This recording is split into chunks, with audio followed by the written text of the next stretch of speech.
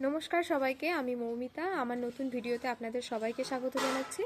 2025 TET interview গত 30শে December থেকে শুরু হয়ে গেছে। তাই যারা টেট ইন্টারভিউয়ের প্রিপারেশন নিচ্ছ, আমার তরফ থেকে সবাইকে অনেক অনেক গুড উইশেস জানাচ্ছি।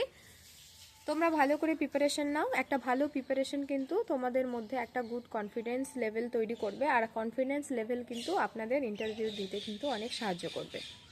আমার হাতে যে বইটিকে দেখতে পাচ্ছেন, আশা করি সবাই চেনেন। এই সহজপাঠ বইটির ওপরে একটি ভিডিও বানানোর রিকোয়েস্ট পেয়েছিলাম।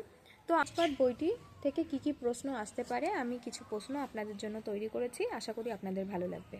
এই ইনফরমেটিভ ভিডিওটি যদি আপনার ভালো লেগে থাকে তাহলে অবশ্যই লাইক, কমেন্ট এবং শেয়ার করে আমার পাশে থাকবেন। আপনার একটা শেয়ার কিন্তু এই ভিডিওটা আরও যাদের প্রয়োজন তাদের কাছে এই ভিডিওটা পৌঁছে যাবে এবং তাদের উপকারেই লাগবে।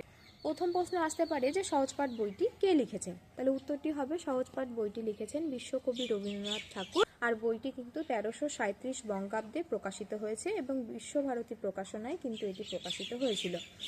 এবার প্রশ্ন আসতে পারে যে বইটির কয়টি খণ্ড।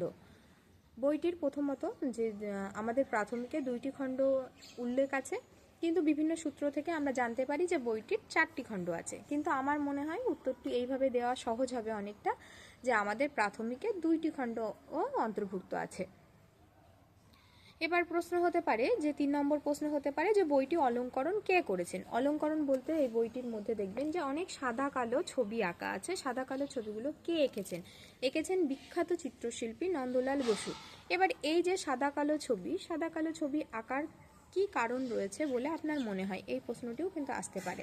তাহলে আমার মনে হয় যে উত্তরটি এরকম হবে যে সাদা কালো রং শিক্ষার্থীদের চোখের দৃষ্টিশক্তি বাড়াতে সাহায্য করবে, এবং যেহেতু প্রত্যেকটি সহজপাঠের প্রত্যেকটি পাঠের একটা নিজস্ব আলাদা আলাদা সত্তা রয়েছে, সেই আলাদা সত্তা অনুযায়ী যে শিক্ষার্থী সে তার কল্পনা শক্তির বিকাশ ঘটিয়ে প্রত্যেকটা চিত্রকে আলাদা আলাদাভাবে সে মনের মতো রঙে নিজের মনের মধ্যে ফুটিয়ে তুলবে এবং তাদের কল্পনা শক্তির বিকাশ ঘটবে, সৃজনশীলতার বিকাশ ঘটবে।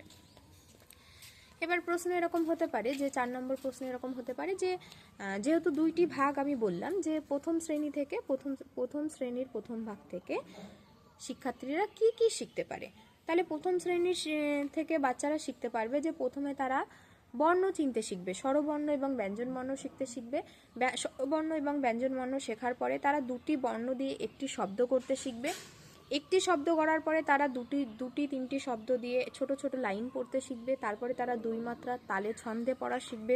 তারপরে তারা 3 মাত্রার তালের ছন্দে বিভিন্ন লাইন পড়তে শিখবে।